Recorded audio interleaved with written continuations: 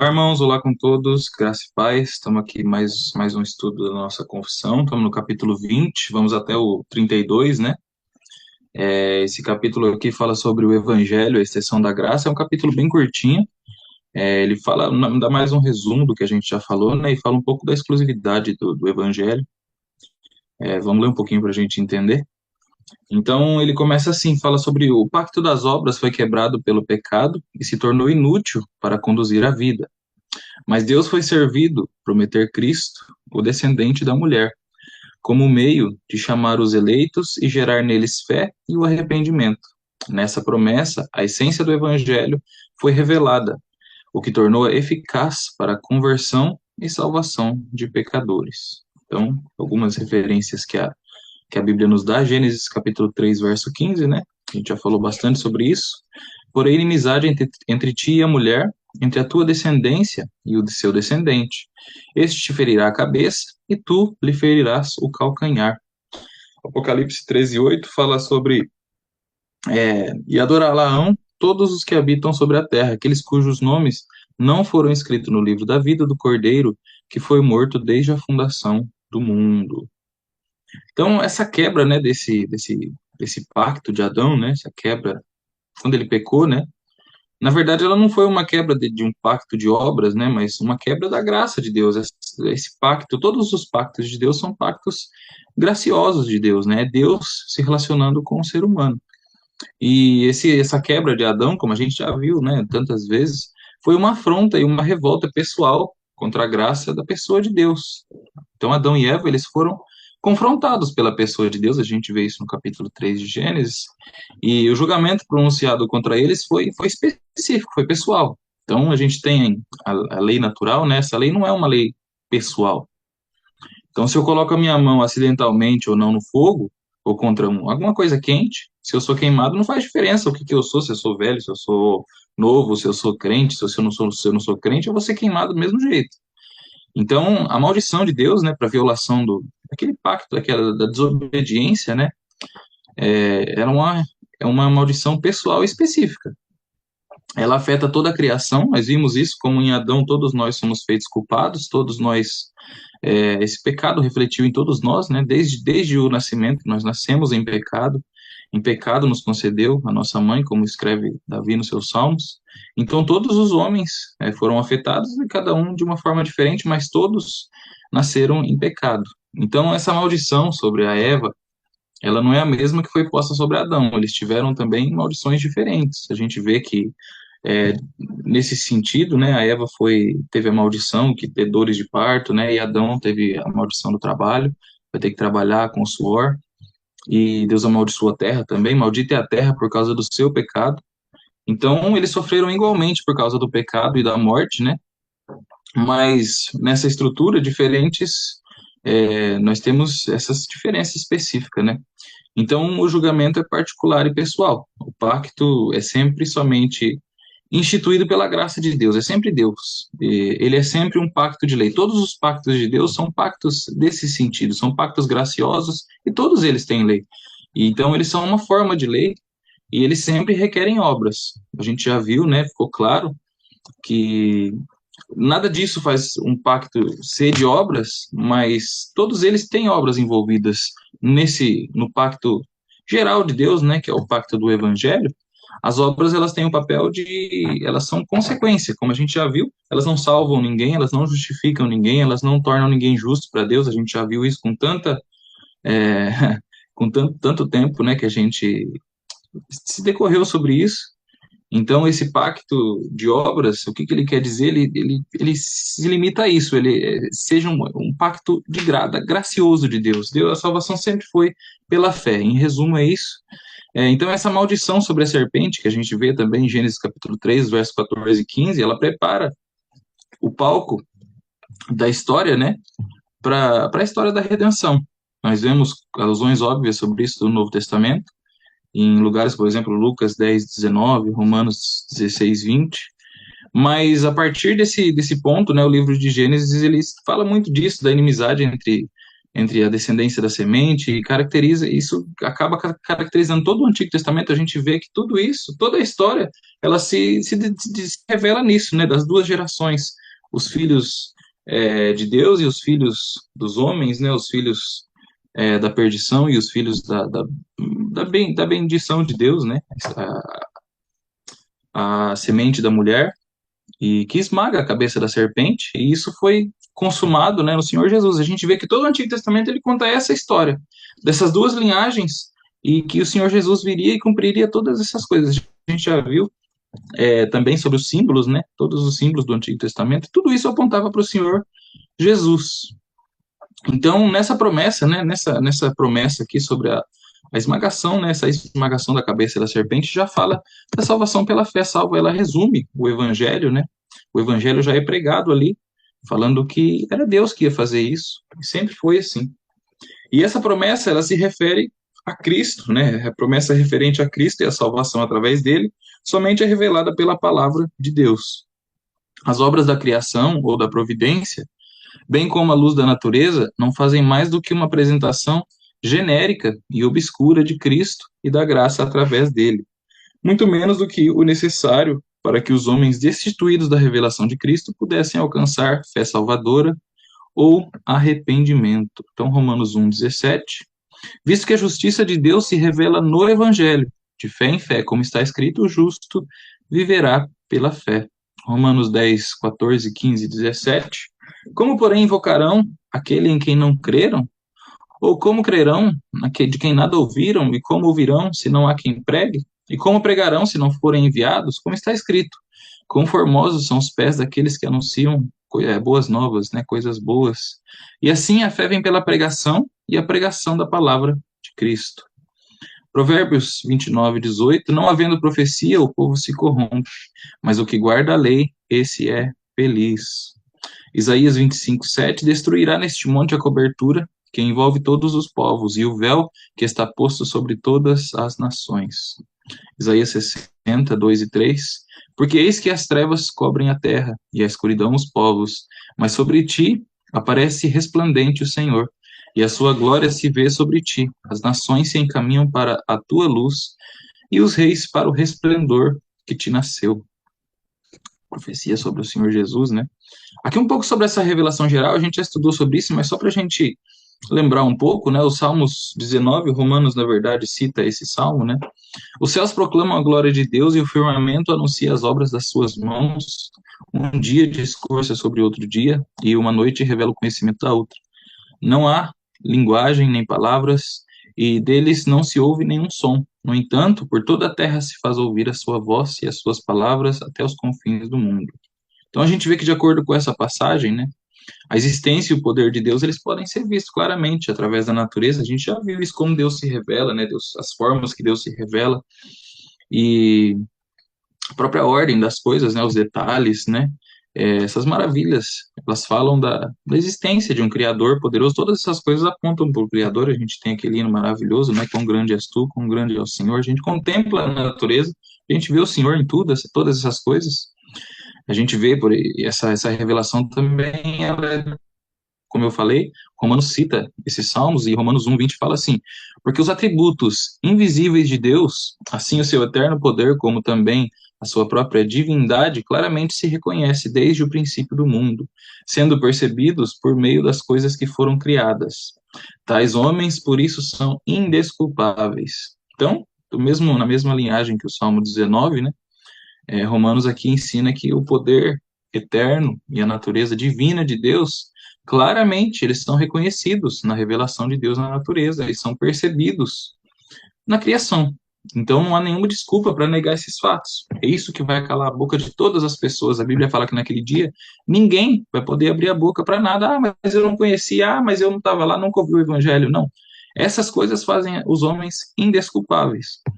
Então, mas alguma pessoa pode pensar, então se Deus se revela através da natureza, então tem outro jeito da gente ser salvo, não é somente pelo evangelho, as pessoas vão ser salvas, eu acreditava nisso, as pessoas vão ser salvas pelo que elas conhecem. Então, se elas não conhecem o evangelho, mas conhecem algum tipo de alguma outra religião, ou vão ser julgadas pelas coisas que elas conhecem, né, pela lei que ela conhece, mas não é assim.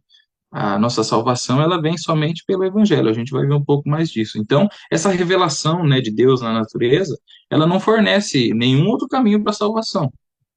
Essa ideia, né, de que os ímpios, de que as pessoas que não conhecem o Evangelho, que estão mortas em seus pecados, que eles podem ser salvos, né, por darem uma resposta moral para essa revelação geral de Deus, não tem fundamento nenhum nas Escrituras isso, e na verdade as Escrituras falam o contrário, que essa revelação geral de Deus, ela serve somente para condenar mais ainda essas pessoas.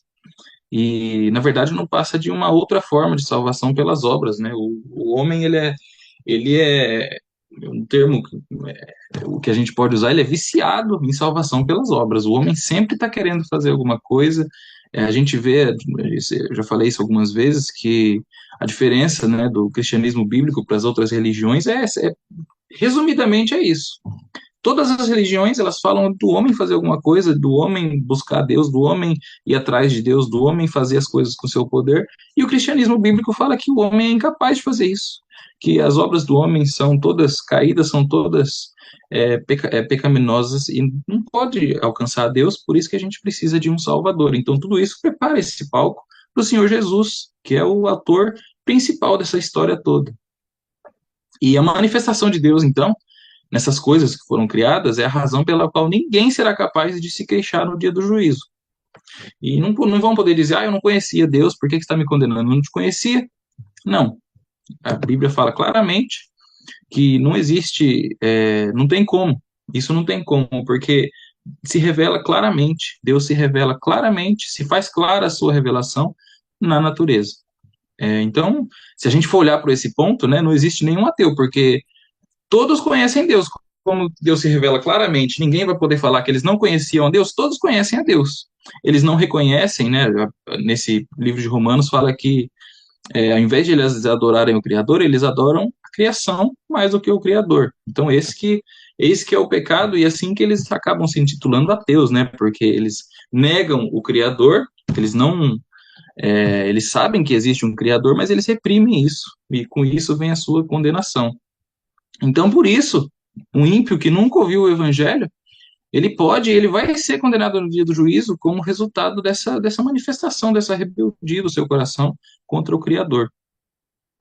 E o único resultado dessa manifestação de Deus, né, no que se diz respeito aos ímpios, as pessoas que não conhecem o evangelho, que se rebelam contra o Criador, é que eles recusam, né, glorificar a Deus. Esse que é o problema, eles continuam a ser ingratos e transformam a glória de Deus manifesta entre eles, né, e neles próprios, né, as graças de Deus. Deus, a Bíblia fala que Deus faz cair a chuva sobre todos, né, sobre os ímpios e sobre os salvos, né, e também o sol brilha sobre todos, e eles transformam, né, a glória de Deus, então, em imagens de coisas corruptíveis, como fala o versículo 21 e 25 desse capítulo.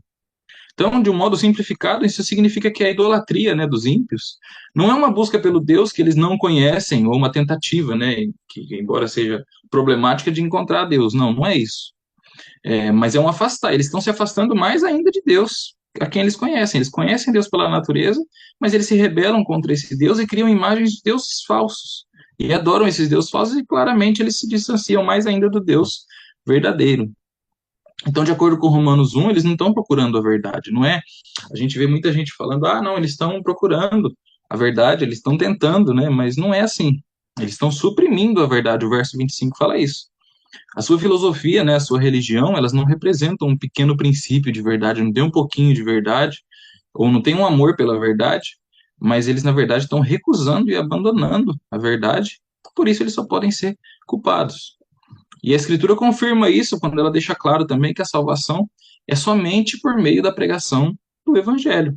Romanos fala isso também nesse capítulo, mas eu acho que o texto mais claro seria Coríntios, que fala que aprove a Deus salvar os seus pela loucura da pregação do Evangelho. Então, qual que é o modo de Deus que Deus escolheu salvar seus eleitos? Né? Pela pregação do Evangelho, não é pela sua revelação geral na natureza. Essa revelação, na verdade, ela faz o contrário, ela condena mais ainda as pessoas. Então, Cristo, e somente Cristo é revelado como poder e sabedoria de Deus para a salvação. Não tem outro caminho. O Senhor Jesus deixou isso claro, ele falou: eu sou o caminho, a verdade e a vida. Ninguém vai ao Pai senão por mim. Então, muitas pessoas acham brecha nisso, né?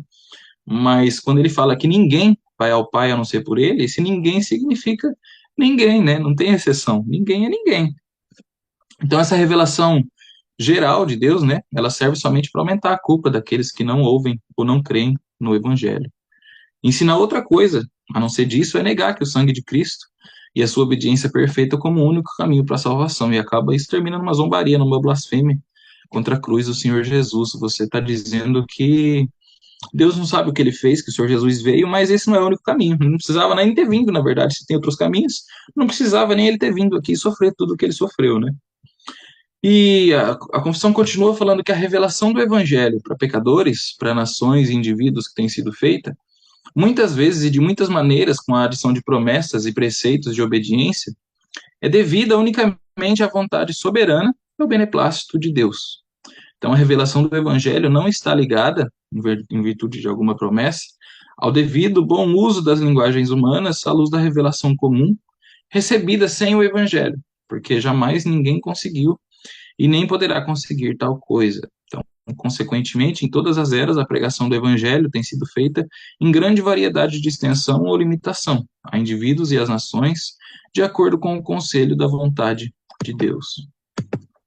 Vamos ler as referências bíblicas. Salmo 147, verso 20: não fez assim a nenhuma outra nação, todas ignoram seus prefeitos. Aleluia. Atos 16, 7: defrontando Mísia, tentavam ir para a Bitínia, mas o Espírito de Jesus não permitiu. Romanos 1, 18, né? A ira de Deus se revela do céu contra toda a impiedade e perversão dos homens que detêm a verdade pela injustiça. Porquanto o que de Deus se pode conhecer é manifesto entre eles, porque Deus lhes manifestou. Porque os atributos invisíveis de Deus, assim como seu eterno poder, como também a sua própria divindade, claramente se reconhecem desde o princípio do mundo, sendo percebidos por meio das coisas que foram criadas. Tais homens, né, são por isso indesculpáveis, porquanto, tendo conhecimento de Deus, não o glorificaram como Deus, nem lhe deram graças, antes se tornaram nulos em seus próprios raciocínios, obscurecendo-lhes o coração insensato. Inculcando-se por sábios, tornaram-se loucos, e mudaram a glória do Deus incorruptível em semelhança de imagem de homem corruptível, bem como aves, quadrúpedes e répteis. Por isso, Deus entregou tais homens à imundícia, suas próprias paixões, pelas concupiscências de seus próprios corações, para desonrarem os seus corpos entre si, pois eles mudaram a verdade de Deus em mentira, adorando e servindo a criatura em lugar do Criador, o qual é bendito eternamente. Amém. Por causa disso, os entregou Deus a paixões infames, porque até as suas mulheres mudaram o modo natural das suas relações íntimas, por outro contrário à natureza. Semelhantemente, os homens também, deixando o contato natural da mulher, se inflamaram mutuamente em sua sensualidade, cometendo torpeza homens com homens e recebendo em si mesmos a merecida punição do seu erro.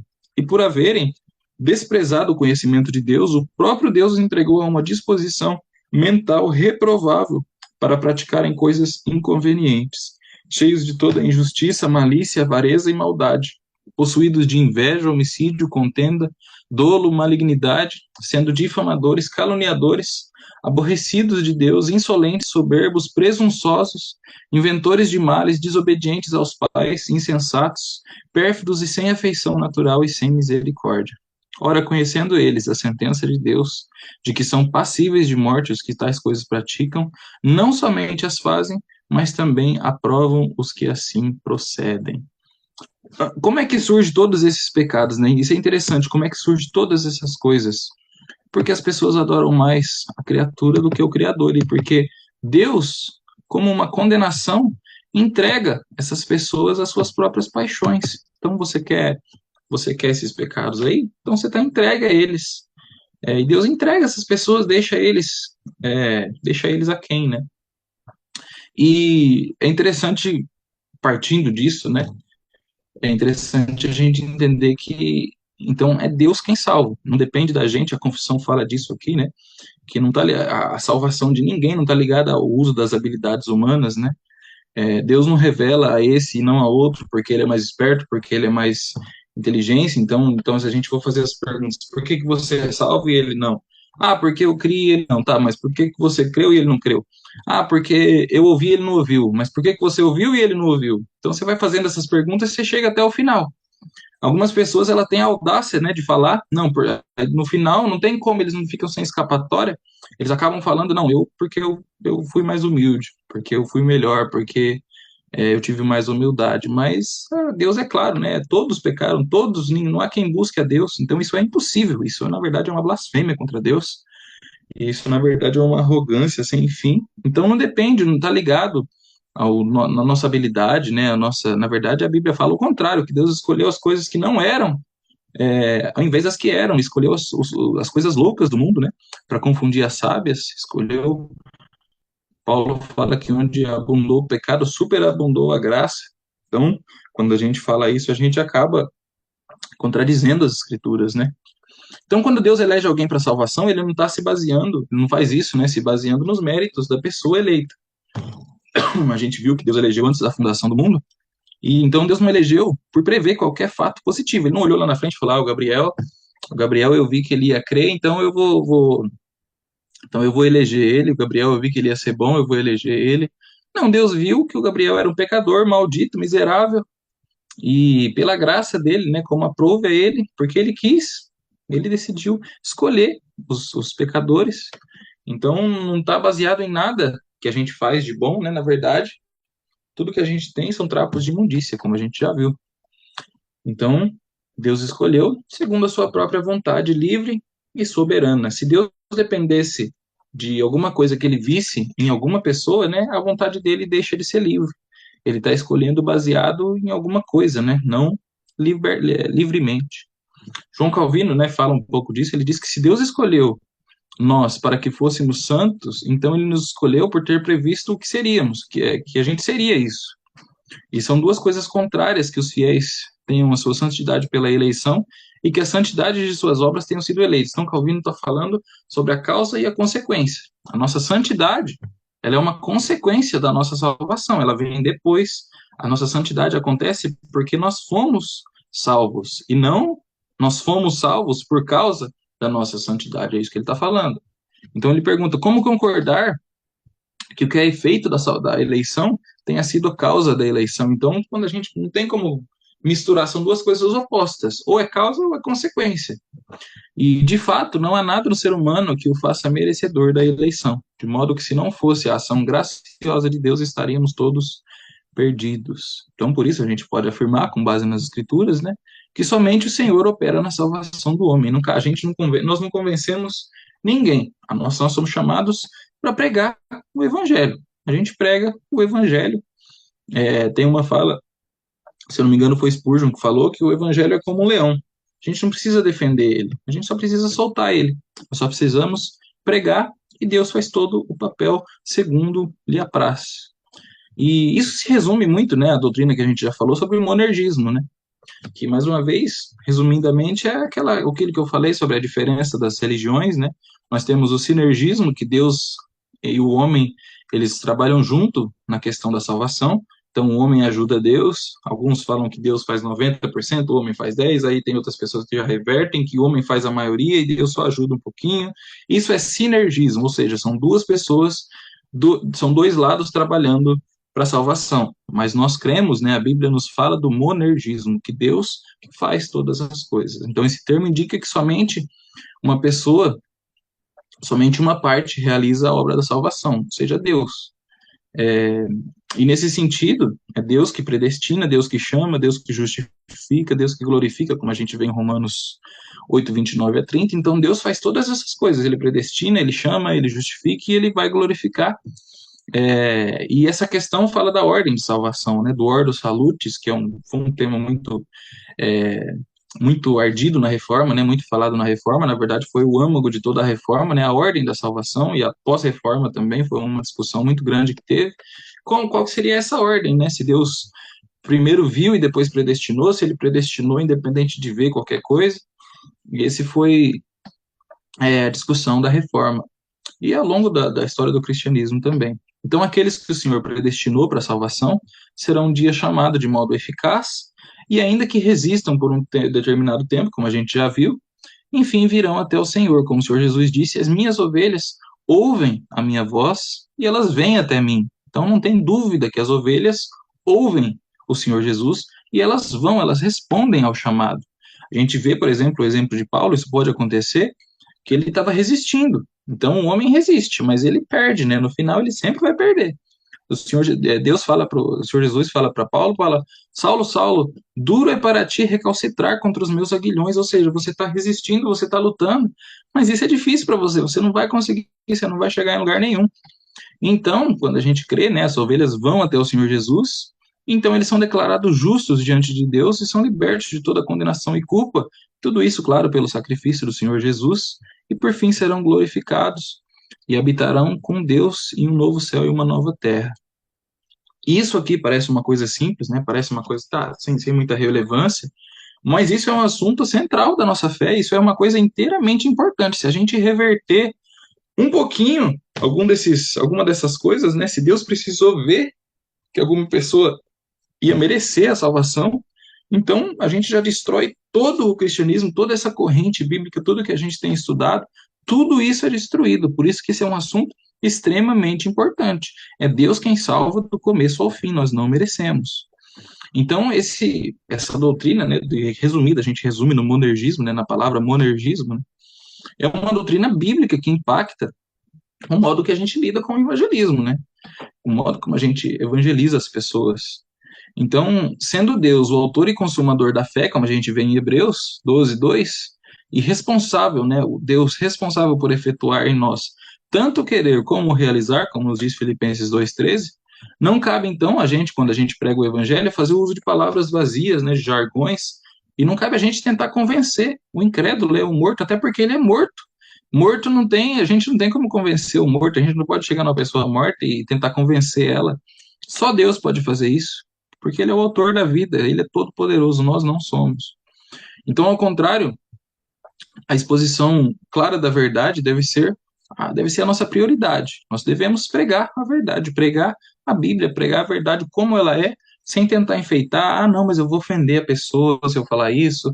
Ah, não, mas eu vou fazer isso para tentar facilitar, para ela tentar entender. Vou distorcer, não vou pregar isso aqui, vou pregar só essa parte. Não vou pregar que o homem é pecador, vou pregar só que Deus é gracioso.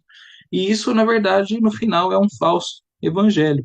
E isso acaba não glorificando Deus, porque a gente está falando que Deus não sabia, né, o que o homem precisava, Deus não sabia como pregar o evangelho, Deus precisa da nossa ajuda, e Deus acaba deixando de ser glorificado se a gente fazer assim. Então, somente nessa doutrina monergística da salvação que Deus é glorificado. A gente comentou isso várias vezes já, que tem passagens bíblicas que falam também, o Senhor Jesus fala isso, né, para os discípulos. Quando vocês forem pregar numa cidade, vocês pregam a palavra, prega do jeito que ela é, e se ninguém ouvir, não fica tentando convencer, não fica brigando, não fica discutindo, chacoalha a poeira do seu pé e vai para a próxima. Fim de papo, acabou o assunto, não cabe a gente tentar forçar as pessoas, né, salvar as pessoas à força. Não, não é assim que funciona o evangelho. O evangelho é o poder de Deus, não é o nosso poder. E o último aqui, o tópico desse capítulo, fala que o evangelho é o único meio externo da revelação de Cristo e da graça salvadora. E como tal, é abundantemente suficiente para isso. No entanto, para que os homens que estão mortos em transgressões possam nascer de novo, ser vivificados ou regenerados, faz-se necessária também uma obra efetiva e insuperável do Espírito Santo em cada parte da alma para produzir neles uma nova vida espiritual. Sem esta obra do Espírito Santo, não há outro meio de produzir a conversão a Deus. Então, aqui é a conclusão: é o Espírito Santo que faz essas coisas, nós somos chamados a pregar, e Deus faz todo o resto na terceira pessoa da Trindade, no seu Santo Espírito, convencendo as pessoas. O Senhor Jesus, pouco antes dele ir, ele falou que ele ia enviar o Espírito Santo Consolador, e esse Espírito, o que ele faria? Ele nos convenceria do pecado. Então, Salmo 110, 3, apresentar-se-á voluntariamente o teu povo no dia do teu poder, com santos ornamentos, como o orvalho emergindo da aurora, serão os teus jovens. 1 Coríntios 2,14, ora, o homem natural não aceita as coisas do Espírito de Deus, porque são loucura para ele, e não pode entendê-las, porque elas se discernem espiritualmente. Então, não tem como a gente convencer O homem natural não aceita, então se a gente tentar convencer, a gente está contradizendo o que o próprio Deus revelou, é, porque Deus fala que o homem não aceita, ele só pode entender se o Espírito Santo tocar, porque essas coisas se discernem espiritualmente. Efésios 1, 19 e 20. A qual a suprema grandeza do seu poder para com os que cremos, segundo a eficácia da força do seu poder, não do nosso poder, o qual exerceu ele em Cristo, ressuscitando ele dentre os mortos.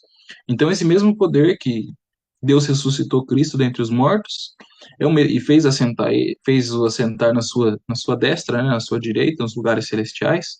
Esse poder todo é o poder que Deus usa quando ele salva pecadores. Então, nenhum de nós tem esse poder, então não cabe a nenhum de nós tentar convencer as pessoas. Nós pregamos o evangelho. João 6,44, ninguém pode vir a mim se o Pai que me enviou não o trouxer. Eu o ressuscitarei no último dia. Então, o Senhor Jesus não está falando que quase ninguém pode vir a mim, algumas pessoas não podem vir a mim, não é ninguém. E se o Pai que me enviou não o trouxer, não é se o Gabriel não o trouxer, não é se o Fábio não o trouxer, não é se alguém não o trouxer, é se Deus não o trouxer. Só Deus pode trazer as pessoas. É tão claro nessa doutrina bíblica. E 2 Coríntios 4, 4 e 6, nos quais o Deus desse século cegou o entendimento dos incrédulos, para que não lhes resplandeça a luz do Evangelho, da glória de Cristo, o qual é a imagem de Deus.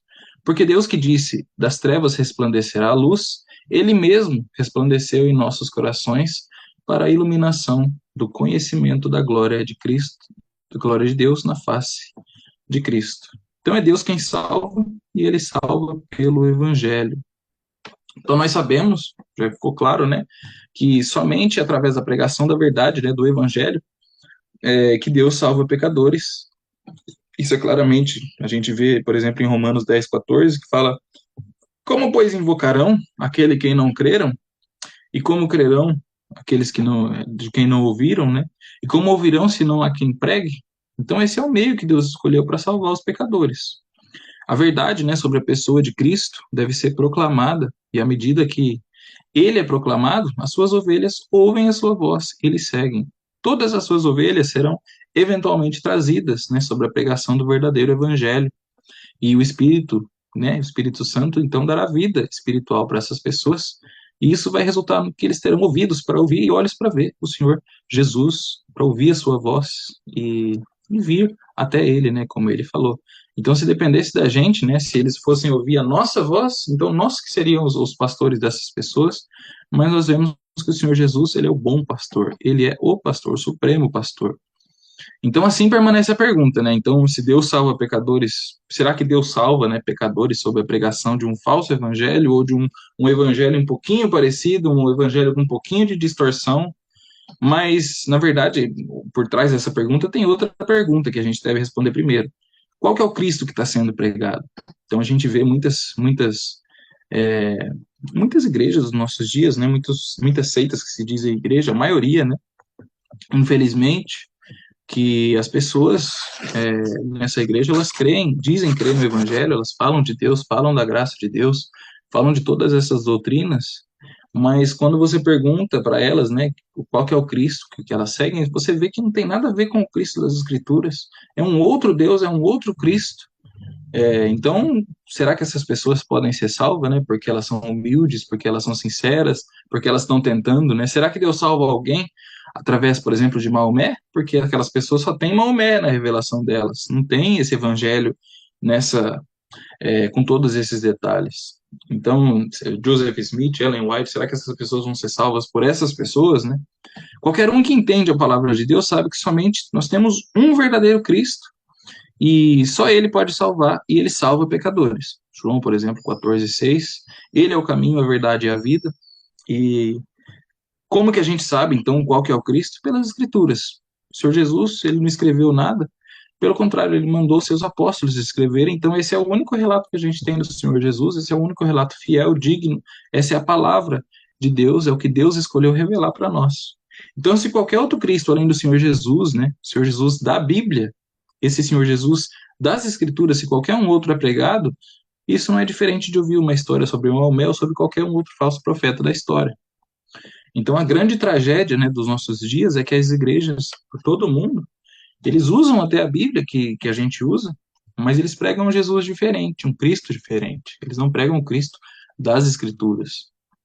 E isso resulta que as igrejas, né, estão cheias de pessoas confiando num falso Cristo. Se elas confiam num falso Cristo, elas não foram salvas por esse poder que só o verdadeiro Cristo pode salvar. Então elas continuam mortas em seus pecados. E cabe a nós então pregar o verdadeiro evangelho, porque o humanismo, né, e a carne têm corrompido as igrejas de hoje. E então é raro a gente ouvir sobre o verdadeiro Cristo. Nós temos pessoas, eu sou um exemplo disso, que passam a vida na igreja, passam a vida ouvindo essas coisas com a Bíblia debaixo do braço, mas não fazem nem ideia de quem é o verdadeiro Cristo, né? Que esse Cristo é soberano e que ele soberanamente salva aqueles que ele quer salvar. Então, quando a gente escuta, né, sobre o Cristo ensinado hoje em dia, nós devemos concluir que ele não é o mesmo Cristo revelado nas Escrituras. Não tem outro jeito. A gente tem as Escrituras, nós fazemos como os bereanos. Nós comparamos esse Cristo que está sendo pregado com o Cristo das Escrituras. E, infelizmente, o que acontece muito acontece como as discípulas, quando chegaram no túmulo do Senhor Jesus, o túmulo estava vazio, e elas ficaram se perguntando: onde que puseram o meu Cristo? Cadê? Onde que colocaram ele? E a gente fica assim, nesses cultos de hoje em dia, a gente fica procurando: cadê o Senhor Jesus? Cadê? Onde colocaram? Não tem. Tem a minha, tenho as profecias, né? Ah, você vai fazer, Deus é na sua vida, tem todas essas coisas. Mas não tem o Senhor Jesus, que é a pedra principal de esquina, é o único assunto que nos interessa. Como Paulo falou, eu não propus saber nada entre vocês, a não ser Cristo e esse crucificado. Não tem outro assunto, não quero saber de outras coisas, não quero saber, eu quero saber de Cristo e esse crucificado. Esse é o meu assunto, essa é a coisa que importa. É a única coisa que importa, é a única coisa que pode salvar os seres humanos. É, então tem somente um Cristo, somente esse Cristo da Bíblia que salva pecadores, e esse é o Senhor Jesus, o Rei dos Reis, o Senhor dos Senhores, o Deus soberano do universo. Então é através da pregação da pessoa de Cristo e da obra de Cristo que Deus é agradado em revelar suas ovelhas perdidas, a absoluta depravação delas. Começa assim, a gente vê quão santo Deus é e quão pecadores nós somos. Então Deus elege incondicionalmente essas pessoas, e a obra do Espírito convence elas dos seus pecados e apontam para o Senhor Jesus, para a expiação particular e eficaz do Senhor Jesus. Então, Deus salva pelo Evangelho, pelo verdadeiro Evangelho, unicamente pelas Escrituras. Irmãos, esse foi o nosso estudo de hoje. Agradeço a todos, estamos juntos. Próximo estudo, se Deus quiser, nós nos vemos. Deus abençoe a todos.